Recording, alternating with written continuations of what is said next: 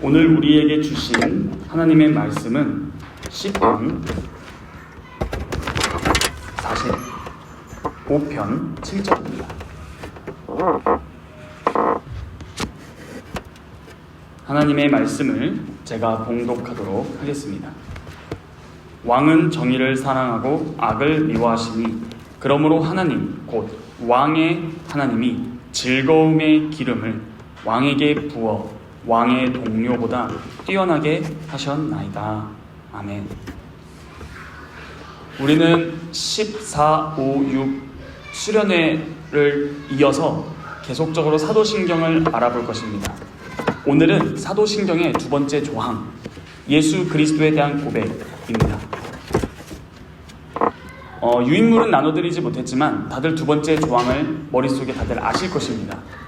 이 두 번째 조항에 나타나는 네 가지의 칭호가 있는데요. 중요한 네 단어가 있는데 그게 무엇인 줄 아십니까?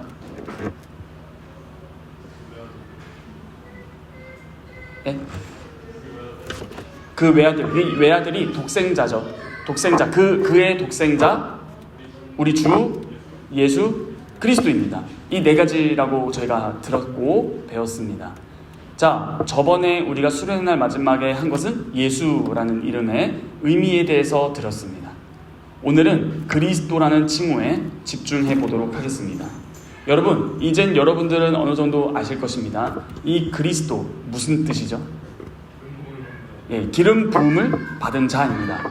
이 메시아라는 것과 그리스도는 같은 뜻입니다. 물과 워터죠. 쉽게 말해서 메시아는 히브리어고 그리스도는 헬라어입니다. 우리가 예수 그리스도라고 고백하는 것은 예수는 메시아다 라는 고백입니다. 그런데 오늘 요리문답 나눠드릴 유인물 보시면은 이 31분을 제가 읽을 테니 여러분들이 답을 한번 해주시면 되겠습니다. 제12주 31문입니다. 그분을 왜 그리스도 곧 기름 부음을 받은 자라 부릅니까? 답.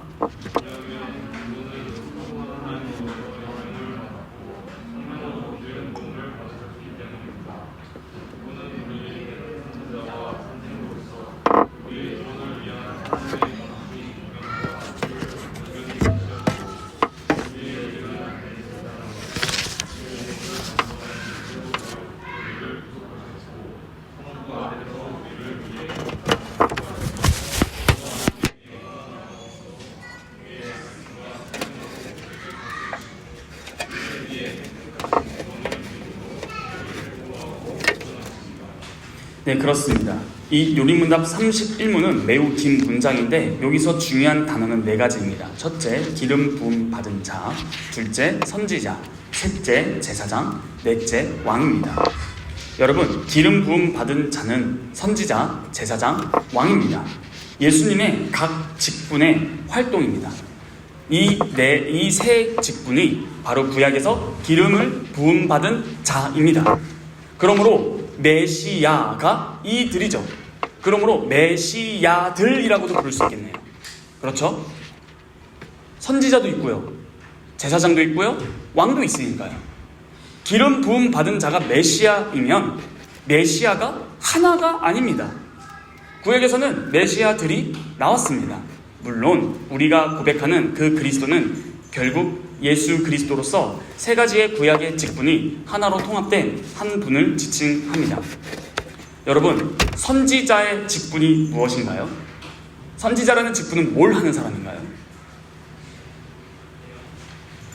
예언? 말씀? 좋습니다. 대제사장은요? 제사장은 뭐 하는 사람이에요? 뭐 해요? 제사? 속죄. 속죄는 그 이름이죠. 제사를 통해 속죄를 받는 거죠. 제사합니다. 그럼 왕은요? 통치. 좋습니다. 그럼 예수 그리스도라는 뜻은 그리스도, 예수님께서 이 세 가지 직분을 하신다라는 것이겠네요. 그렇죠? 그러면 예수님께서 하시는 선지자 직분은 뭐냐면 우리의 구원을 위한 하나님의 감추어진 뜻과 그 의도를 계시하시는 것입니다. 우리 마가복음 연속 강의에 들어섰을 때 감추인 것은 드러나기 위함이요. 기억나시죠? 결국에는 그 하나님의 궁극적인 감추어진 계시, 무슨 계시? 우리를 구원하고자 하시는 그 하나님의 뜻, 계시가 어디에서 드러나죠?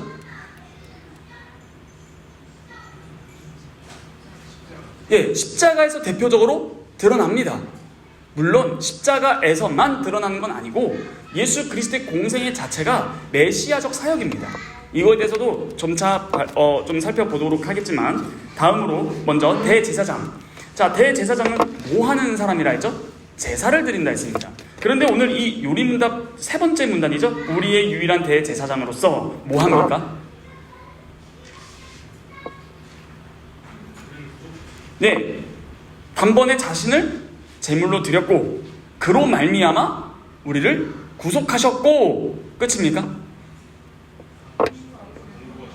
항상 간구하신다. 이 간구가 뭐죠? 뭐 하시는 거죠? 기도하는 겁니다. 기도. 그러므로 이 제사장, 대제사장으로서 예수님은 뭘 하시는가 하니 그의 몸을 우리의 구원을 위해 단번에 제물로 드려 우리를 값을 주고 사오다 구속하셨고, 끊임없이 성부 하나님 앞에서 우리를 위해 항상 날마다 간구하신다라는 사실입니다. 그러면 왕으로서는 뭘 하시죠? 다스리시는데 우리가 배웠었죠? 우리는 하나님이 창조하신 걸 믿습니다 라고 배웠어요? 아니면은 디테일하게 배웠어요? 어떻게 배웠죠?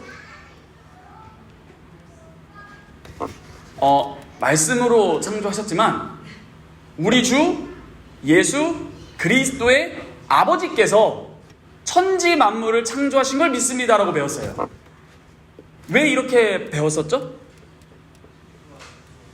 창조와 구속은 뗄래야 뗄 수 없다 라는 것이었죠. 그래서 이 이면으로부터 뭐가 나온다고 했었죠? 창조는 하나님의 능력이고 예수 그리스도의 구속사역, 십자가와 부활은 우리를 향한 하나님의 사랑이니 하나님의 사랑과 능력도 뗄래야 뗄 수 없는 것이다 라는 것도 배웠었어요. 그러므로 우리는 단순하게 왕, 다스림이요, 제사장, 제사요, 선지자, 말씀이요, 이렇게 하기에는 사실 너무 빈약합니다. 그냥 마치 하나님 믿습니까? 네. 맞는데 너무 결핍이 많아요. 그러므로 왕은 다스리시되, 오늘 요리문답 네 번째 마지막 문단을 보면 왕은 우리를 어떻게 다스리세요? 말씀과 성령으로. 또 뭐 하세요? 우리가 획득한 구원을 누리도록 뭐 하신다? 보호하고 보존하신다. 이게 맞는 거예요. 그냥 막연하게 다스리신다. 그럼 뭘 다스리세요? 어떻게 다스리세요? 라는 질문이 나올 수밖에 없어요. 왕이 다스릴 때 오늘날은 왕정시대가 없지만 대통령으로서 대통령이 국민을 다스릴 때 어떻게 다스리죠?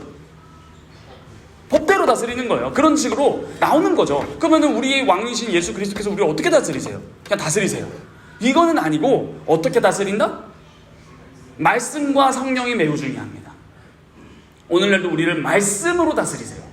그리고 성령 하나님이 우리 가운데 역사하십니다. 자, 이러한 배경을 통해서 우리 계속 배워나가 보도록 하겠습니다. 여러분, 고대 근동 지역에서 기름을 붓는 행위는 누군가를 직분자로 세우는 것을 의미합니다. 이것이 우리가 알고 있는 왕, 제사장, 선지자이겠죠. 그러니까 기름 부음은 곧 뭐다? 직분자로 세움이다 라는 것입니다. 잘 기억해 두시길 바랍니다. 기름을 부어서 그를 하나님 앞에 구별시킵니다. 구별시켜요. 그런데 이 기름은 왕, 제사장, 선지자에게 붓지만 구약 성경을 보면은 또 다른 것에 붓습니다. 어딜까요? 성경 잘 읽어보신 분, 성경 읽기 계속하고 계시죠? 꼭 그 어플로 하지 않아도 돼요. 네. 어디다가 붓죠? 네? 제단, 등잔대 다 나왔어요. 또 어디다 붓냐면 성막에다가 붓습니다. 한번 성경으로 한번 확인해 보겠습니다. 출애굽기 30장 22절로 32절입니다. 출애굽기 30장입니다.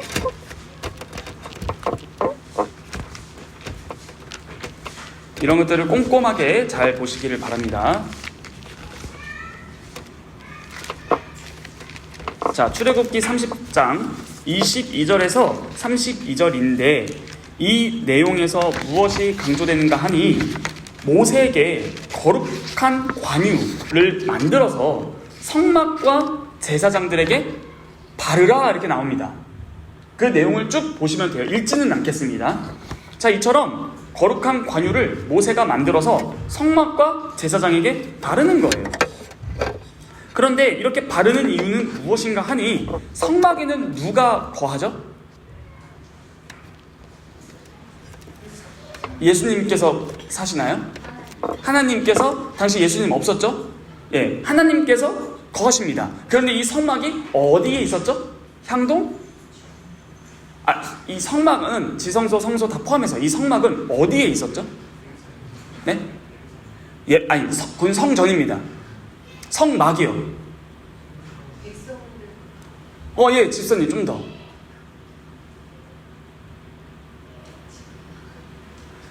여러분, 예수님을 믿는 게 제일 중요합니다. 예수님 믿는 게 제일 중요한데, 이 성막은 이스라엘 백성 진 한가운데 있었습니다. 그것은 무엇을 의미하냐면 하나님께서 친히 이 성막을 만들라고 하심으로써 말씀하신 것이 내가 너희들 가운데 거할 성막을 만들라입니다. 그러니까 이 성막을 지은 이유는 뭐예요? 하나님께서 죄악된 이스라엘 백성과 함께 거하시려고입니다. 이해되시죠? 그들과 분리하지 않고 함께 거하고자 한다라는 것입니다. 그러므로 죄악된 사람들 사이에 그가 거할 그 하나님의 성막을 사람들이, 이스라엘 백성들이 기름을 부어 온전히 하나님께 구별하는 거예요. 이 성막은 거룩한 하나님의 것이다 라는 것을 구별하는 것이죠. 여러분, 만약 이 기름을 개인이 마음대로 만들거나 마음대로 사용하면 어떻게 됐을까요? 죽습니다. 실제로 방금 읽었던 출애굽기 30장 33절을 한번 보시겠습니까? 한 절이니까 함께 읽어보도록 하겠습니다. 시작. 이와 같은 것을 만드는 모든 자와 이것을 타인에게 붓는 모든 자는 그 백성 중에서 끊어지리라. 그러니까 이것을 함부로 만들어도 그 사람은 쉽게 말해서 오늘날 용어로 표현은 출교고, 또 그것을 함부로 사용해서 누구에게 막 붓는 것을 하는 것도 출교입니다. 이런 식으로 이거는 엄격한 의미로서 의미를 가지는 것입니다. 자, 이렇게 기름을 붓습니다. 어디에? 성막과 제사장에게. 즉 먼저 이렇게 보는 거예요. 성막과 제사장에 부어서 뭐 한다고요? 하나님께 구별한다. 하나님 앞에 구별한다라는 것이에요. 그러므로 성막을 지은 재료든 이 세상에 속한 사람이든 결국 이 세상, 부패한, 하나님께서 보시기에 부패한 세상에 속해 있는데 그러한 상태로는 거룩한 하나님 앞에 나아갈 수가 없어요.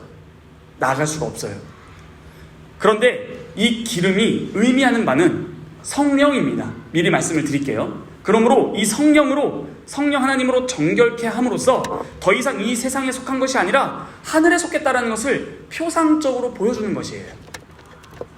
제사장도 단지 인간으로서 봉사하는 것이 아니라 성령 하나님께서 그 인간 제사장의 연약함을 가리워 주셔서 하나님 앞에 봉사하게 되는 것이죠. 그러므로 이러한 기름을 부음을 받음으로써 성결함, 구별함, 이런 개념은 매우 중요합니다. 거룩하신 하나님 앞에 맨발로 나아갔다간 직결 체험입니다. 이런 것들은 구약에서 많이 나옵니다. 그러므로 이러한 하나님의 세우심은 굉장히 중요한 구별입니다. 그런데 또 있습니다. 방금 처음에 뭐라 했냐면 기름 부음은 직분자로 세우심이라고 했죠. 그런데 이 직분자는 누가 세우는 겁니까? 기름을 부어서 왕, 제사장, 선지자로 누가 세우십니까? 네? 하나님이 세우시는 거예요. 그렇죠? 그러면 이들은 하나님께서 직접 임명한 사람들이겠네요. 맞습니다. 자, 그러므로 하나님께서 임명했다라는 것이 없이 누군가 스스로 자의적으로 어느 직분을 나도 해볼래 라고 하면은 큰일 납니다. 직분은 절대 스스로 취할 수 있는 것이 아닙니다. 하나님의 부르심을 입은 사람만 얻을 수 있는 것입니다. 항상 제가 이렇게 설교를 할 때마다 시간이 많았으면 좋겠다는 생각을 하는 게 이 근거의 성경 구절들을 다 들어보고 싶어요. 왜냐면 제가 이렇게 말해봤자 그냥 그런 갑다라고 전도사가 생각하니까 아니라고 하면 안 되잖아요. 한번 그러면 찾아봅시다. 직분자는 누구만 세우신다? 하나님만 세우신다. 그러므로 직분은 스스로 취할 수 있다 없다? 없다. 자, 히브리서 5장 4절입니다. 히브리서 5장 4절입니다.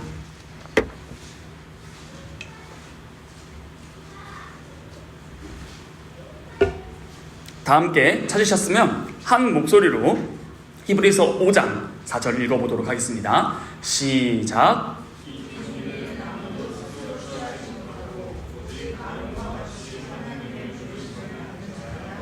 명확히 나옵니다. 아론이 누구예요? 아론과 같이라는 것은 곧 뭐예요? 대제사장입니다. 직분자예요. 기름 부음 받은다는 것이 다 함축되어 있는 의미예요. 그러므로 이렇게 직분자는 하나님께서 세우셔야 직분자가 되는 것이지 나도 한번 해볼까? 불가능한 것입니다. 그러므로 만일 누군가가 스스로 왕이 되겠다고 한다면 그것은 하나님의 명령을 거스른 반역죄입니다. 만일 누군가가 난 한번 40일 금식기도 했더니 나도 한번 제사장 해볼까? 선지자 한번 해볼까? 라고 한다면 과연 주님께서 어떻게 하실까요? 그러므로 어떤 직분은 여러분 잘 기억해 두시길 바랍니다. 열심이 있다고 되는 게 아닙니다. 신앙적 열심이 있으면 곧 직분자다? 자, 그게 아닙니다. 그래서 우리 한국교회가 한동안 옛날에 많은 어려움과 진통 속에 있었을 때 증상이 뭐냐면 신앙생활이라고 한 그 기준도 이상했지만 열심히 하면은 이 사람은 곧 뭐가 될 사람? 신학생 되고 목사 될 사람. 그러니까 하나님께 열심히 있으면은 이 사람은 목사. 항상 이런 생각이 있었는데 열심으로 되는 것 없습니다. 결국 하나님께서 세우셔야 돼요. 그러므로 주님 앞에 나중에 나가서 내가 열심으로 했는데 내가 열심히 있게 하겠습니다. 그러면은 과연 하나님께서 그래 넌 열심히 있으니까 합격 이렇게 하시겠냐라는 것이에요. 오히려 열심으로 이 직분을 행하려고 하는 사람들은 내가 너를 부르지도 않았는데 너 여기서 뭐하니? 라고 책망을 받을 것입니다. 그러므로 직분은 절대 스스로 취하는 것이 아니에요. 그러면 여기서 한 가지를 더 말씀드리겠습니다. 여러분 이거는 번외인데요. 죄송하지만 여기는 신학생이 없습니다. 걱정하지 마세요. 나 하나님께 헌신했다가 나 신학교 가면 안 갈 것 같아요. 자, 무슨 말인지 알려드릴게요. 뭐가 문제냐 하면 여러분 소명은 제가 신학생이고 전도사니까 저를 예로 들어드릴게요. 예를 들어 한 사람이 나 한번 목회해보고 싶다 라고 했을 때 이것을 주관적 소명이라고 합니다.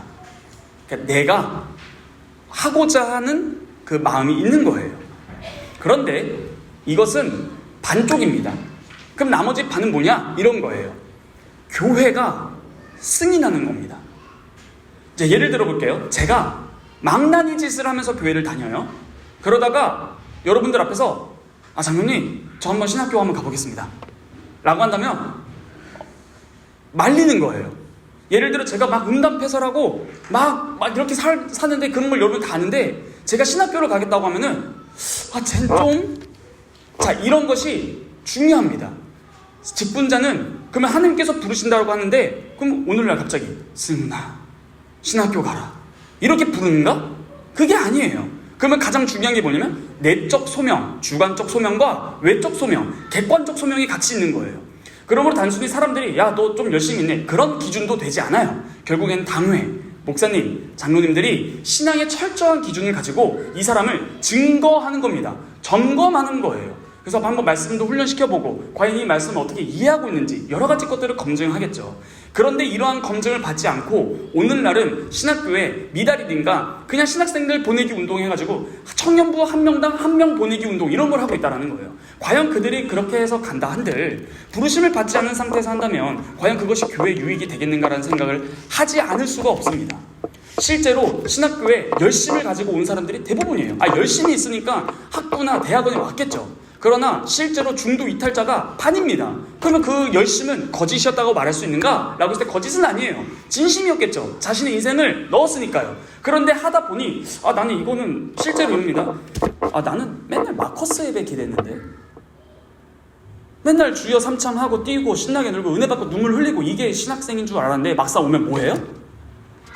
히브리어예요. 헬라어예요. 어려워요. 맨날 무슨 조직신학, 성경신학, 역사신학, 실천신학 죄다 어려운 것만 배워서 실제로 학교 전도사님들이 참 안타까운 게 공부를 하길 싫어해요.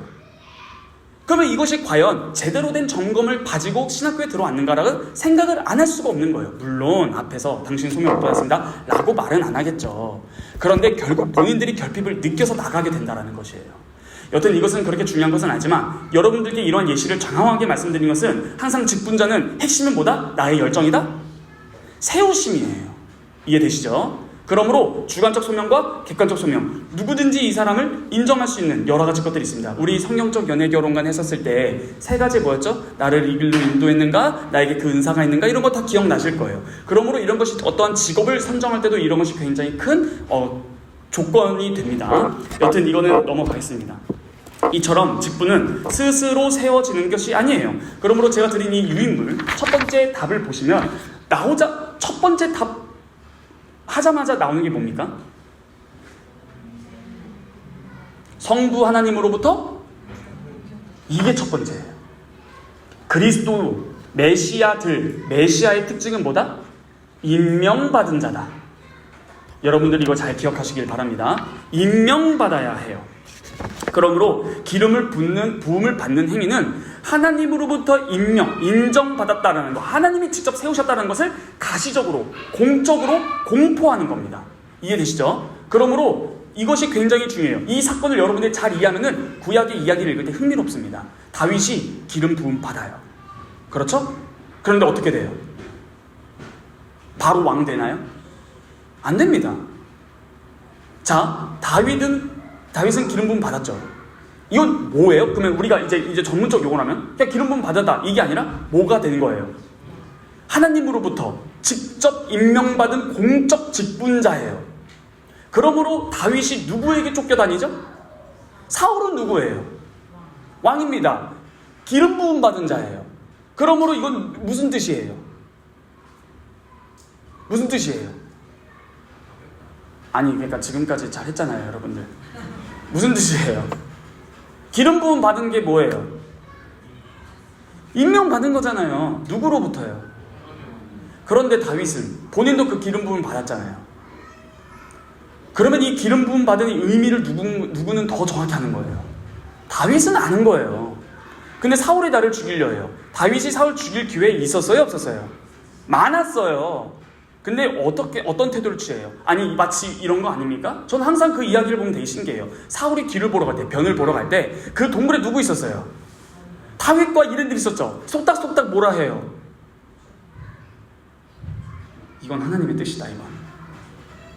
그 누가 그래요? 자기 부하 백성이. 그때 그걸 이건 완전 우리 입장에서 보면 이 하나님의 인도. 딱 혼자서 마침 배 아프게 만들어서 근데 다윗이 뭐라 해요?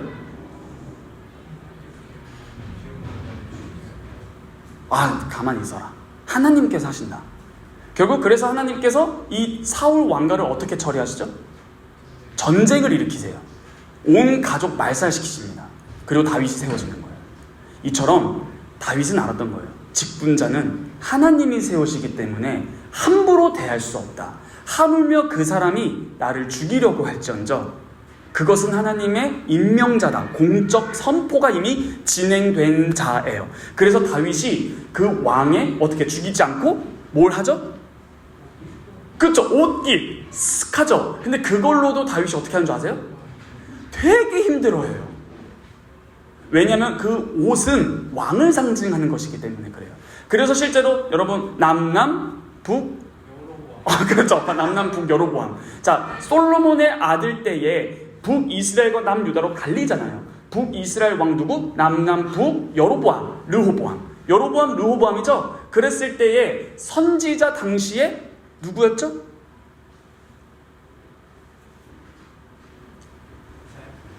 네. 성경 각지 좀 잘 읽어보고.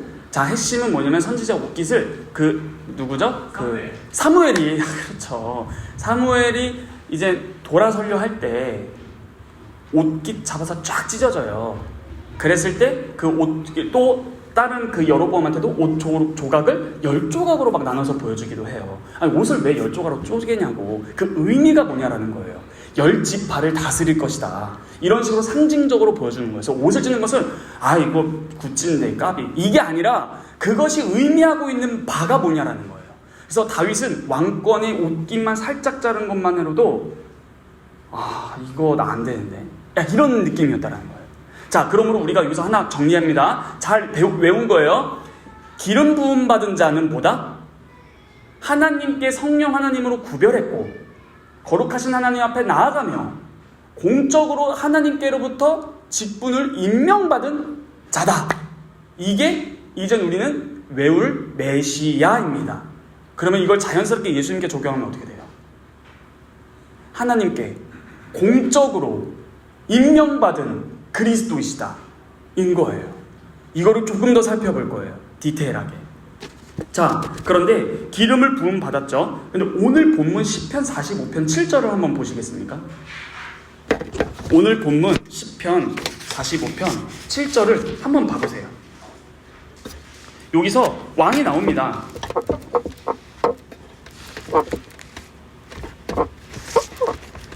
자, 한번 읽어보겠습니다. 왕은 정의를 사랑하고 악을 미워하시니 그러므로 하나님 곧 왕의 하나님이 즐거움의 기름을 왕에게 부어 그 다음이 뭐예요?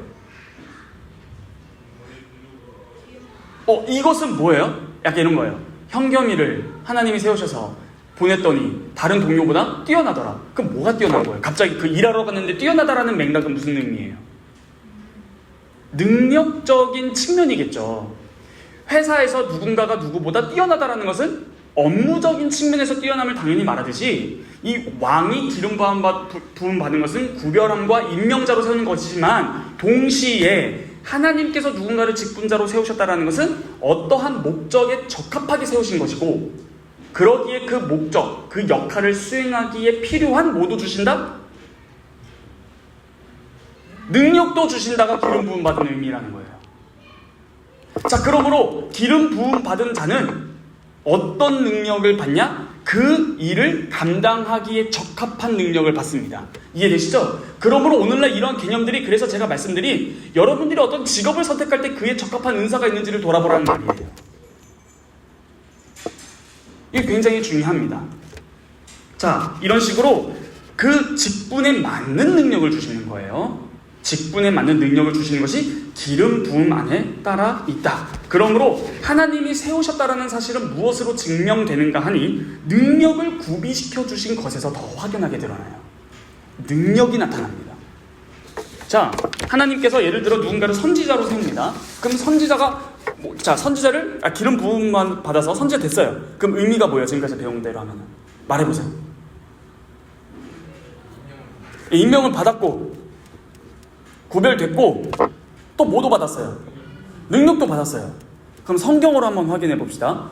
진짜로 이스라엘이 누군가를 직분자로 인정할 때 능력을 보고 인정해요.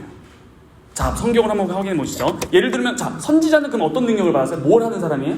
하나님의 뜻을 전달하는 사람이에요. 여러분 성경을 읽었을 때 거짓 선지자와 진짜 선지자를 구별하는 방법이 뭐예요? 자, 거짓 선지자 분별 방법 뭐예요? 그렇죠. 역시 장로님. 저 선지자가 진짜인지 가짜인지는 어떻게 한다? 그가 말한 예언이 말씀이 이루어졌는가 안 이루어졌는가로 안다. 또 있습니다. 망해요? 선지자 망해야 돼요? 그게 아니라 진짜 선지자와 가짜 선지자를 찾는 두 번째 더 중요한 건데요. 하늘 어전 천상 회의에 참여했는가 합니다. 그래서 항상 선지자들이 보면요, 하나님께서 계신 천상 어전 회의에 참석해서, 예를 들어 이사야가 우리를 위하여 누굴 보낼고 주여 제가 여기 있사오니 막 이런 표현들 하죠. 그러므로 거짓 선지자들은 항상 하나님께서 뭐라고 책망하시는 거예요? 내가 언제 너를 보냈냐? 회의에 참석 안 했잖아. 이거예요. 그러면 이 두 가지를 잘 기억하시길 바랍니다. 그런데 그러면 선지자는 하나님의 말씀을 전하는 사람이에요. 그럼 그의 능력은 무슨 능력이 있는 거예요? 그가 한 말이 땅에 떨어지지 않는 거예요. 그렇죠? 자, 사무엘상 3장 19, 20절을 보면은 사무엘이 선지자라는 것이 그의 능력으로 입증됩니다. 사무엘상 다 찾아보세요. 이런 것들은 몇 가지 알고 계시면 좋아요. 사무엘상 3장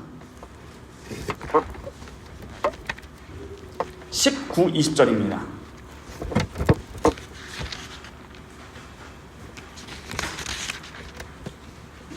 다 함께 읽어보도록 하겠습니다. 한 목소리로 읽어보시죠. 시작. 사무엘이 자라매 여호와께서 그와 함께 계셔서 그의 말이 하나도 땅에 떨어지지 않게 하시니 다네세부터 브엘세바까지의 온 이스라엘이 사무엘은 여호와의 선지자로 세우심을 입은 줄을 알았더라. 사무엘이 선지자라는 것은 스스로 나 선지자에서 인정한 게 아니라 그의 말 한마디도 떨어지지 않고 다 이루어지는 걸 보니 이제 이스라엘 백성들이 인정하게 되는 거예요. 쟤는 진짜 선지자가 맞다. 이런 식으로 기름을 부음을 받았으면 단순히 어떤 직분자에 세우실 뿐만 아니라 그 직분을 수행할 수 있는 능력도 구비시켜 주신다가 기름 부었다라는 뜻입니다.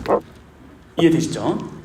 그러므로 이 기름 부음을 받은 이 직분자는 곧 능력도 갖추어지는 것인데, 이것은 기름 자체의 효력이 있는 것이 아니라 오늘 본문에서 이거 방금 읽었던 보면 나오듯이 하나님께서 그와 함께 계셔서입니다. 하나님께서 함께 계시는 것. 기름 부음은 결국 성령 하나님께서 그를 세우시고 그와 함께 하신다라는 것이고, 결국에는 구약의 이 기름 부음은 장차 오순절 성령 강림 사건을 예고합니다. 예표하는 것입니다. 그러므로 우리가 정리 하나 해봅시다. 간단하게요. 성령 부음은 직분자요 능력이다. 이해되시죠? 그런데 이 구약 시대는 직분이 몇 개? 3개. 왕, 제사장, 선지자였죠? 근데 구약의 직분은 한계가 있었어요. 무슨 한계가 있었냐? 한 사람이 세 직분을 한 번에 감당할 수 없었어. 근데 물론 있었어요. 다윗 왕과 솔로몬은 제사를 하기도 합니다. 실제로 그렇게 하기도 해요. 사무엘처럼 나라를 다스리는 사사로서 왕적 통치를 행하기도 하고요. 제사장으로서 제사도 하고요. 선지자, 방금 나왔듯이 선지자로서 말씀도 전합니다만, 보통 이러한, 물론 이거는 정확하게 딱딱딱 그건 아니고 희미하게 사무엘 대표적으로 희미하게 이 세 직분이 하나로 이렇게 되어 있었는데, 이것이 다 결국 궁극적인 그리스도를 가리키는 예표적인 기능을 해요. 궁극적으로 마지막에 올 그 그리스도는 이 세 직분을 함께 수행할 것이라는 것을 희미하게 하나, 보편적으로는 왕, 제사장, 선지자는 구분되어 있습니다. 그렇죠? 그래서 실제로 여러분 유튜브에서 유대교 TV라는 걸 보면 한국인이 유대교로 개종한 사람이 나와요. 한국인이에요. 유대인으로 개종했어요. 그래서 그 랍비들이 쓰는 거 막 쓰고 막 한국어로도 하고 막 이렇게 하는데, 그 사람이 아주 자극적인 썸네일을 했길래 저도 유혹을 당했습니다. 예수가 메시아가 아닌 이유예요. 그게 그거예요. 그 근거가 뭐냐? 탁월했어요. 오, 맞다. 근데 히브리서 안 읽어서 그래요. 무슨 말이냐? 자, 왕은 어디 지파? 유다 지파. 제사장은 어디 지파? 네, 그래서 방금 장로님께서 자꾸 아론 모세서 가만히 있어봐. 레위 지파예요. 그러면은 예수님은 왕이고 제사장이라면서요. 그러면 이게 말이 돼? 이렇게 공격합니다. 유대교인들이 여전히 예수가 메시아가 아닌 이유는, 너네들 기독교가 하는 말 들어보니 왕, 제사장, 선지자라며 웃기는 소리. 구약 성경도 제대로 안 읽은 무식한 기독교인. 왕과 제사장은 한 지파가 아니다. 어떻게 그거를 겸직하냐? 근데 이게 히브리서에 나오죠. 어떻게 나와요? 예수님은 유다 지파가 맞습니다. 유다의 사자 왕입니다. 그럼 제사장은 어떻게 해요?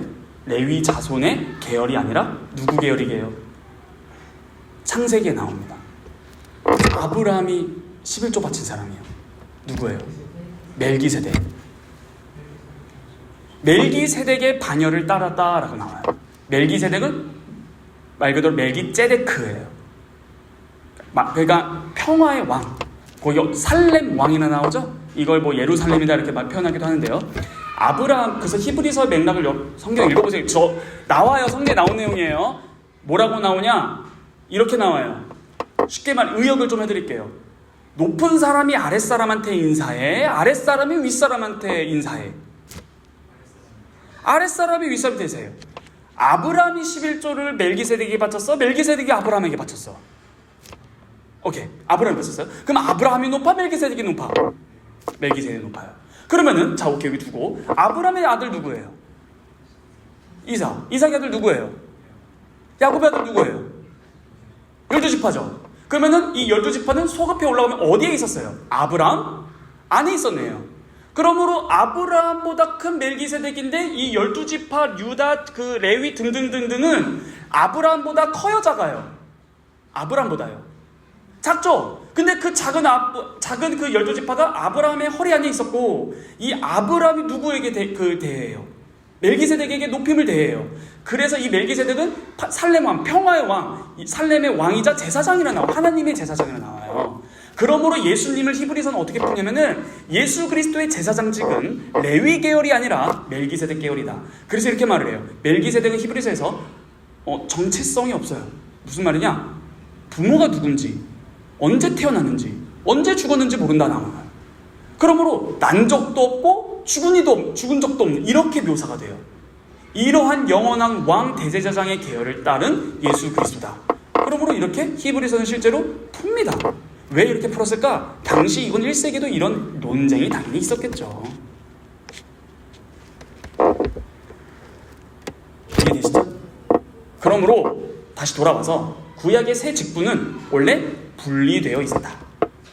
왕, 제사장, 선지자 이런 한계가 있었지만 또한 이 직분은 또 어떤 한계가 있었냐면 이 구약의 이 메시아들이 항상 자신의 이익을 위해서 이 직분을 활용해요. 예를 들어 볼까요? 다윗이 이 능력, 왕적 권세를 어떻게 사용해요? 자신의 범죄를 감추는 데 사용합니다. 어떻게 해요? 편지 보내잖아요. 편지 보내기 전에 어떻게 해요? 누군지 아시죠? 다들 좀 갸우뚱 하시면 안 돼요. 누구예요? 다윗의 그 군대 장관. 큰일 났어요, 저희 전현무. 누구예요? 군대 장관, 자, 그냥 넘어갈게요. 군대 장관 어떻게 해요? 이 군대 장관의 아내랑 동침하잖아요. 그래서 어떻게 해요? 이 아내가 임신하잖아요. 그럼 이걸 감추려면 어떻게 해야 돼요? 전쟁 중인 그 남편을 불러요. 그래서 뭐라 해요? 야, 좀 아내랑 좀 쉬어. 집에 가서 좀 쉬어. 그러면 임신을 좀 덮을 수 있겠지. 근데 이 장관이 너무나 충성심이 강해서 어떻게 해요? 제 군인 부하들이 지금 전쟁터에서 피 흘리고 있는데 어딜 귀찮으니까 충성! 그래서 안 가잖아요, 집으로. 그럼 어떻게 돼요? 임신 감춰야 되는데 그럼 어떻게 해? 죽여야지. 어떻게 해요? 편지 보내자? 네, 얘 최전방으로 보내. 최전방으로 가서 강렬하게 전사하잖아요. 그래서 누가 와요? 선지자 나단. 그래서 비유를 하잖아요. 아니시요, 부자가 한 명이고 가난한 사람이 있는데 그 가난한 사람은 암양 한 마리가 있었습니다. 근데 이 부자가 잔치를 한답시고 그 많은 지 양 놔두고 이 작은 이 양 훔쳐갔을 때 다윗이 뭐라 해요? 되게 중요해요. 그 순서가 중요해요. 엄청 머리가 뻗쳐서 화가 이 죽일 놈 하고 나서 율법대로 세네배나 갚으라 뭐 이런 식으로 하죠. 그게 당신입니다. 이렇게 지적하잖아요. 이게 이야기의 굉장히 중요한 점이에요. 자, 여튼 핵심은 구약의 메시아들은 연약해요. 그 능력을, 기름 부음 받은 그 능력을 자신을 위해서 써요. 그렇죠?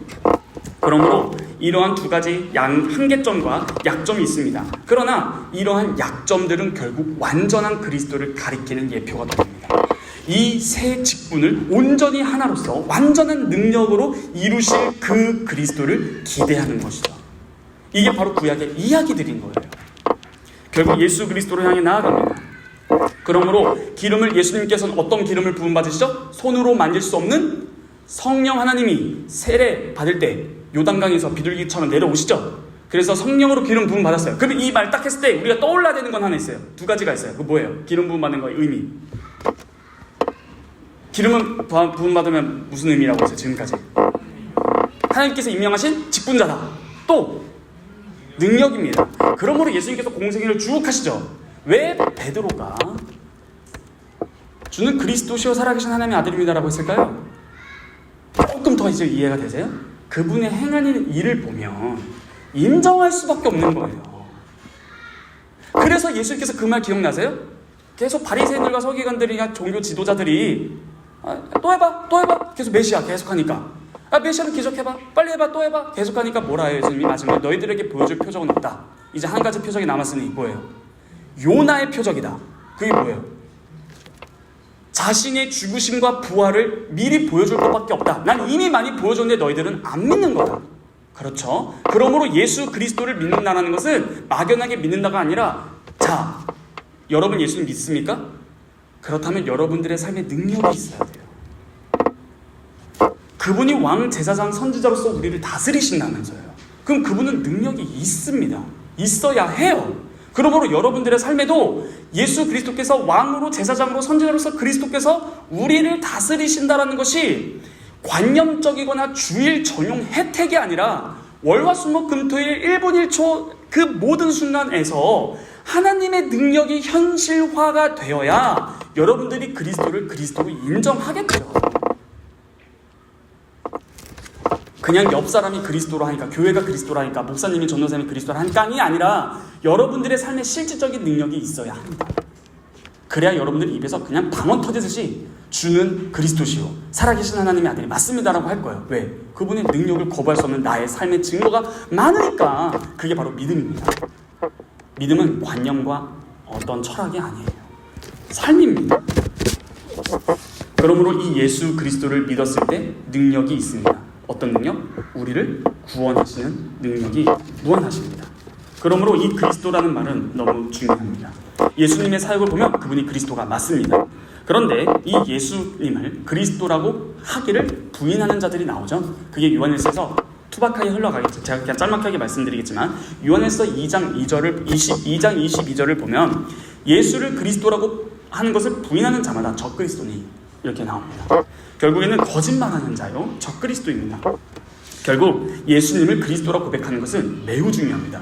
예수님을 그리스도라고 고백을 하지 않는다면 그는 적그리스도요 거짓말하는 자입니다. 이러한 성경의 강렬한 표현을 보았을 때 예수님을 그리스도라고 고백하는 것이 얼마나 중요한지를 우리가 알아야 된다는 것이에요.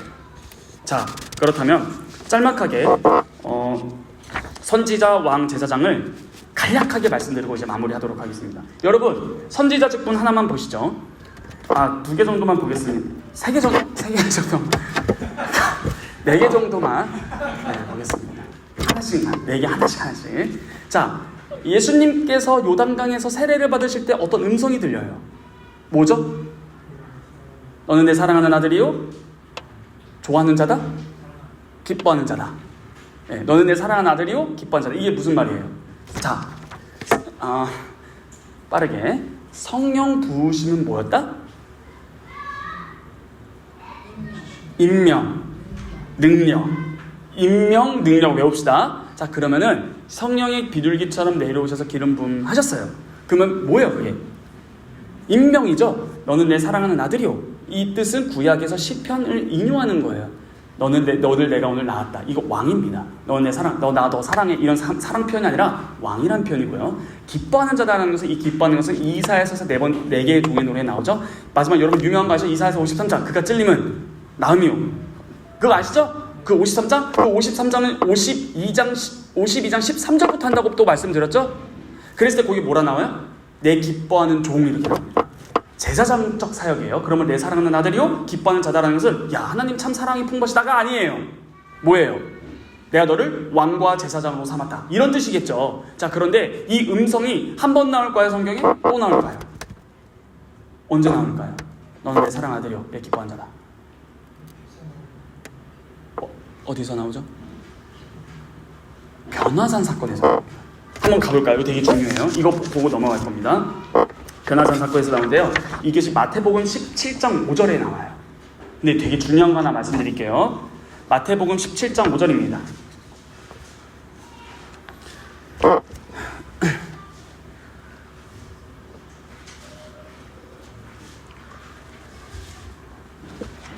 마태복음 17장 5절. 한번 찾으셨으면 읽어주시길 바랍니다. 시작.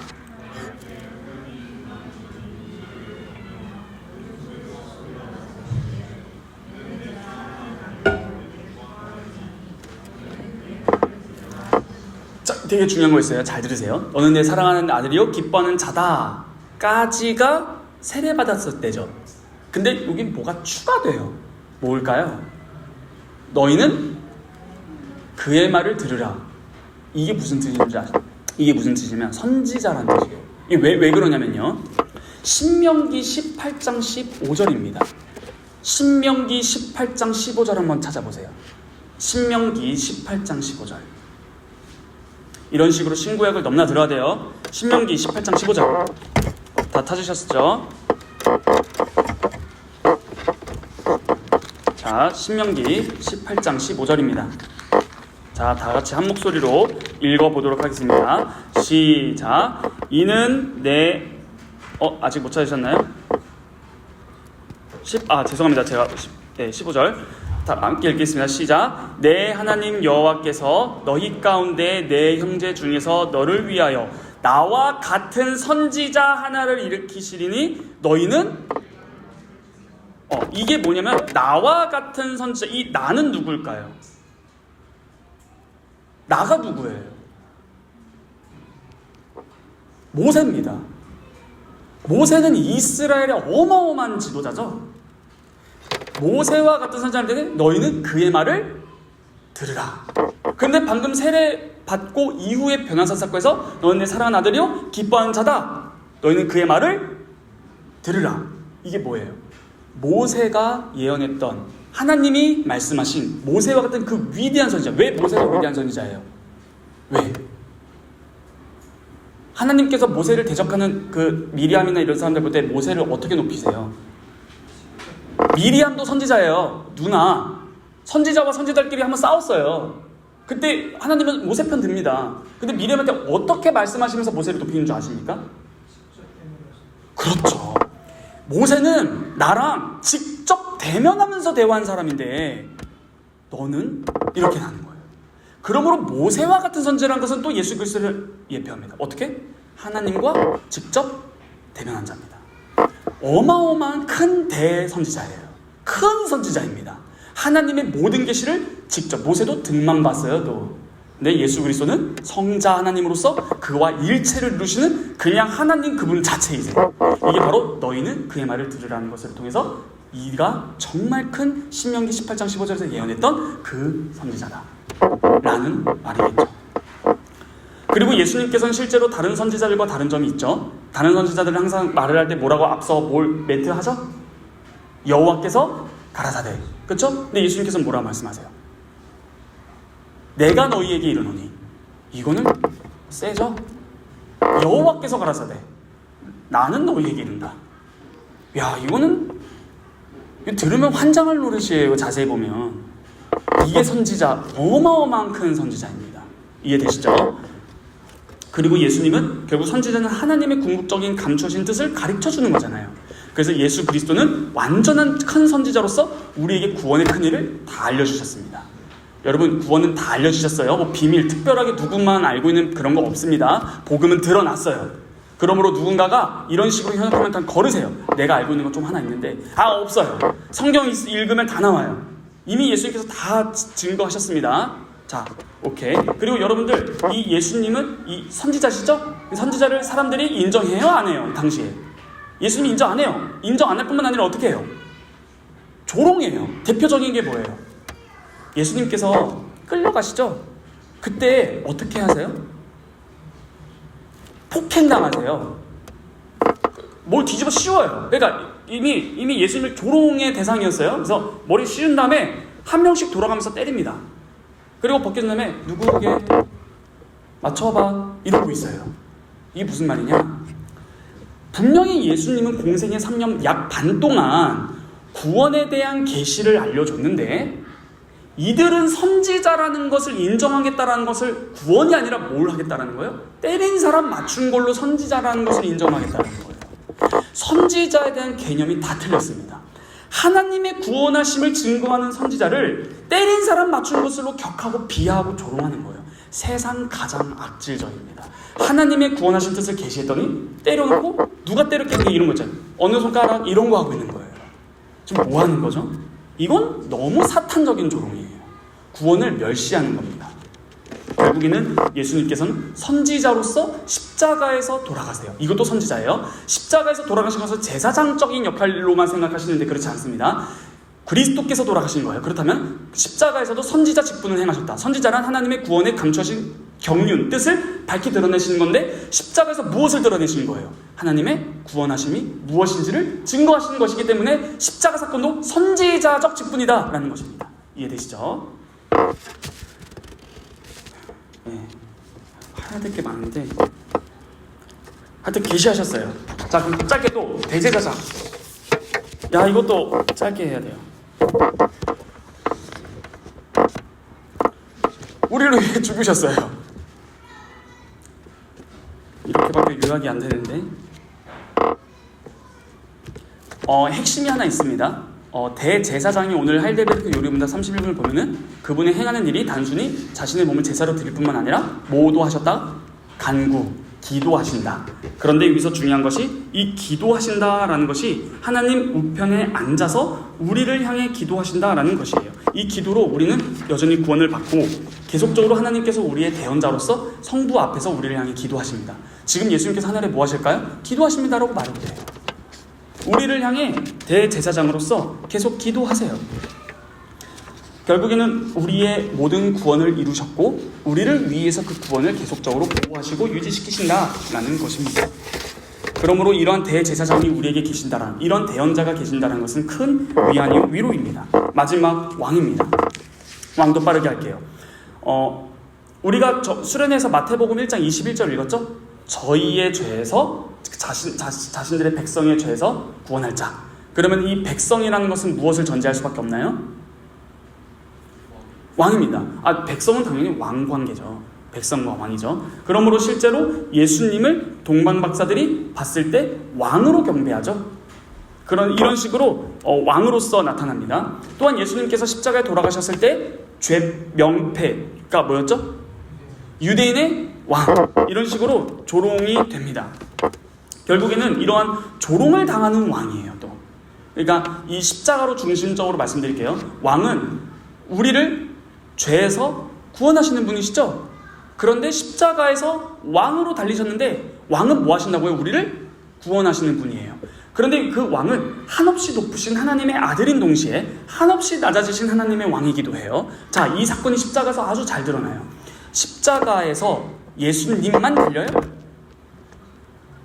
좌편, 우편 강도 달리죠? 이 강도들이 예수님을 같이 처음에 조롱해요. 같이 조롱합니다. 그런데 이러한 왕이신 예수 그리스도를 이 강도들 옆에 달려있다는 것 자체가 예수를 강도의 두목으로 인식하는 그림이에요. 여러분, 강도들이 좌우에 있어요. 그럼 그 가운데 있는 사람은 뭐라는 거예요? 강도의 두목이라는 거죠. 왕이라는 거예요. 강도왕. 이런 식으로 이미지적으로 비꼬는 게 있다니까요. 그런데 결국 그는 하나님의 아들 왕으로서, 메시아로서 그 중에서도 가장 낮은 비참한 상황에서도 그 왕적 직분을 행하셨을까요? 안 행하셨을까요? 어떻게 행하셨을까요? 그렇죠. 그 와중에서도 그 겸비하고 자신을 낮추기를 기뻐하시는 그 왕은 그 자리에서조차도 구원하시는 일을 왕으로서 행하세요. 너가 나와 함께 낙원에 있으리라. 그 중에서도 왕적 직분을 행하고 계세요. 자신의 택한 백성을 한 명도 잃지 않고 구원하시는 사역을 그렇게 고통스러운 중에서도 왕적 직분 자신의 백성을 죄와 사망에서 구원하시는 사건을 계속적으로 하고 계시다라는 것입니다. 자, 그러면 정리하시죠. 이런 선지자, 제사장, 왕은 궁극적으로 이 세 가지 직분이 압도적으로 터지는 그 순간이 역설적으로 십자가예요. 선지자로서 십자가에서 하나님의 감추어진 구원의 경륜과 뜻을 드러내셨어요. 십자가를 믿으면 구원받는다라는 하나님의 뜻입니다. 제사장으로서 우리를 위해서 십자가에서 죽으시고 십자가에서 뭐도 하셨는 줄 아세요? 기도도 하십니다. 실제로 우리의 구원을 위해서 기도하시는데 처음에 이 기도, 가상칠언이라고도 하죠. 십자가 위에서 하신 말씀. 근데 그 말을 듣고 강도가 회개하는 거예요. 그 전에는 같이 욕합니다. 근데 예수님께서 하신 말씀을 듣고 이야기 흐름상 구원을 받습니다. 우리를 위해서 죽으시고 우리를 위해서 기도하신다. 왕으로서는요, 태어나실 때부터 비참한 위치, 낮아진 위치에서 가장 높으신 왕으로서 그 왕적 직분도 십자가에서 드러납니다. 자신의 택한 백성을 죄와 사망에서 끝까지 구원하시는 사역을 그 자리에서도 하신다라는 것입니다. 그리고 이거 하나만 말씀드리고 마무리하도록 하시죠. 지금 이러한 세 가지 직분 여전히 지금도 하고 계십니다. 어디에서? 바로 하나님 보좌 우편에 앉아서 이 왕, 제사장, 선지자 직분을 행하고 계십니다. 어떻게 행하고 계실까요? 교회에 직분자를 세워서 말씀을 가르치게 하십니다. 선지자로서요. 또한 제사장으로서 지금도 우리를 위해서 기도하고 계십니다. 왕으로서 말씀과 성령으로 계속 다스리고 계십니다. 그러므로 우리는 이 예배의 자리를 사모해야 합니다. 왜냐하면 이 예배의 자리가 바로 오늘날 하나님 보좌 우편에 앉아서 왕으로서 다스리시는 그리스도 삼중직을 계속적으로 실행하시는 것을 가장 잘 맛볼 수 있는 장소가 여기이기 때문이에요. 여전히 우리를 말씀과 성령으로 다스리십니다. 계속적으로 주님의 말씀을 부르시고 자신의 백성을 모으세요. 이 말씀 한 구절 읽고 바로 기도하고 마치겠습니다. 다 같이 찾을 거예요. 데살로니가 전서 2장 13절입니다. 그리스도, 우리 주 예수 그리스도, 이 그리스도에 대해서 오늘 이 말씀 읽고 마무리하겠습니다. 데살로니가 전서 2장 13절입니다.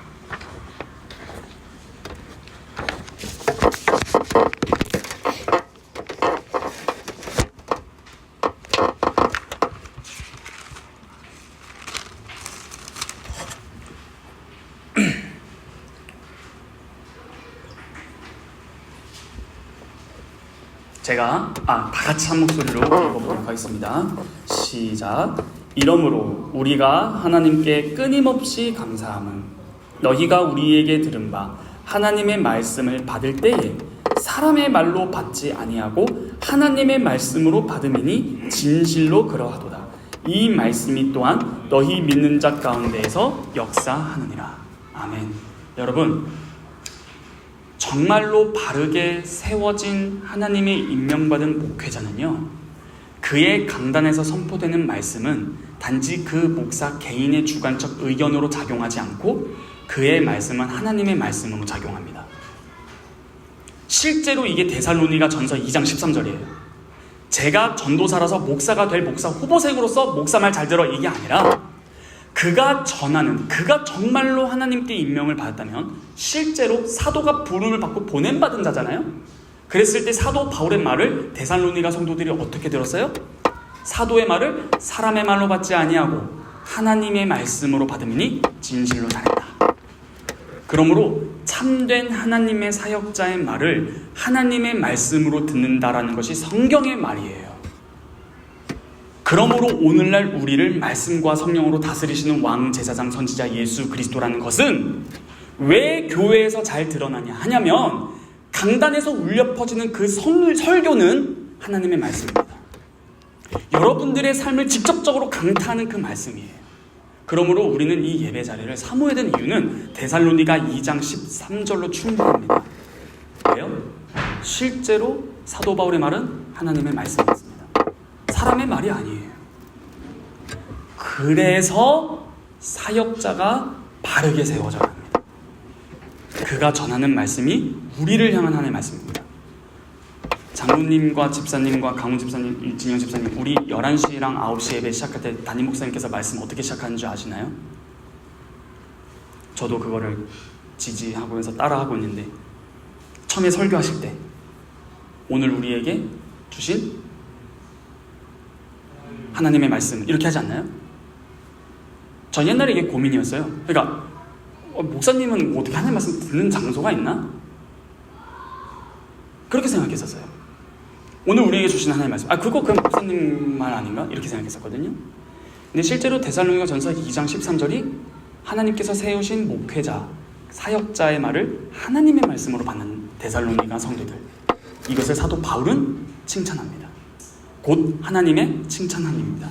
그러므로 여러분, 예배 시간을 소중히 여기시고 그리스도의 이름을 고백할 때마다 그 말은 여전히 지금도 왕, 제사장, 선지자로 다스리시는 주님을 믿는 겁니다.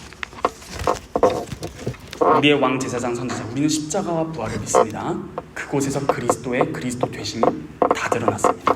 기도하겠습니다.